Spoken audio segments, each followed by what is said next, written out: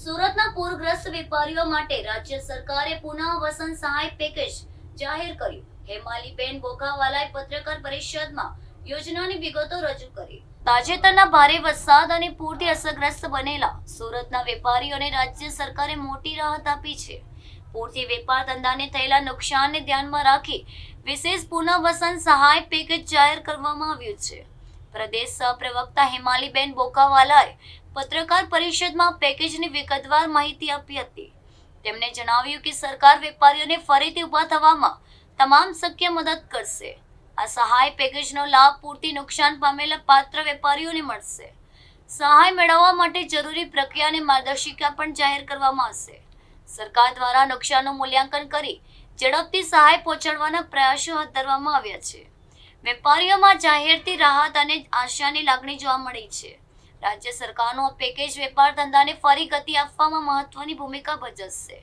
પત્રકાર પરિષદ દરમિયાન વેપારીઓને સરકારની યોજનાઓનો વધુમાં વધુ લાભ લેવા પણ અપીલ કરવામાં આવી હતી. ભૂપેન્દ્રભાઈ પટેલ અને આપણા વડાપ્રધાન શ્રી નરેન્દ્રભાઈ મોદીના માર્ગદર્શન હેઠળ જે સહાયના સાથી તરીકે પેકેજ જાહેર થયું છે એ માટે વિશેષ પ્રકાશ આપણા હેમાલીબેન પૂર્વ મેયરશ્રી અને અમારા સહપ્રવક્તા પ્રદેશના વિશેષ પ્રકાશ નાખશે.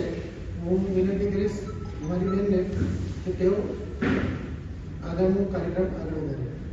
સુરત મહાનગરની અંદર જે અતિ વરસાદને કારણે પૂરની સ્થિતિનું નિર્માણ થયું હતું અને એના કારણે સુરતના જે રહેણાંક વિસ્તારો અને કોમર્શિયલ વિસ્તારોમાં જે આર્થિક નુકસાન ખૂબ મોટા પાયે થયું છે, એના માટે ભારતીય જનતા પાર્ટીના નેતૃત્વવાળી આપણી સરકાર દ્વારા તો સહાય પેકેજ અને રાહત પેકેજો આપવામાં આવ્યા છે, પરંતુ એની સાથે સાથે આ પેકેજોને માટે જે જરૂરી પુરાવાઓ માટેની જે કંઈ પણ માહિતી ઉપલબ્ધ કરવા માટે સુરત મહાનગરના કમલમ કાર્યાલય ખાતેથી સુરત શહેરના આદરણીય અધ્યક્ષ શ્રી પરેશભાઈ પટેલ, મહામંત્રી શ્રી કરશનભાઈ, મહામંત્રી શ્રી દુર્ગાપ્રસાદજી, મહામંત્રી શ્રી વિરલભાઈ અને એમની ટીમ દ્વારા આ એક સહાયના સારથી તરીકે એક ઓફિસમાં કમલમ કાર્યાલય ઉપર એક આ કેમ્પેનિંગ ચાલુ કર્યું છે કે જે પણ અસરગ્રસ્ત વિસ્તારના લોકો છે એમને કોઈ પણ પ્રકારની સહાય માટેની જે માહિતી હશે એ માહિતી સવારે 11થી સાંજે 5 કલાક સુધી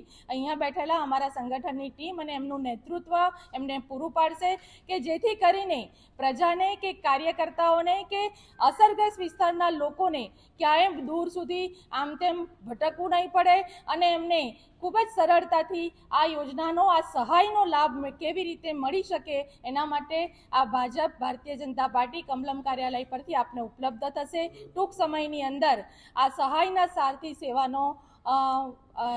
સેવાની શરૂઆત પણ આપણા કાર્યાલય પરથી શરૂ કરવામાં આવશે. ધન્યવાદ.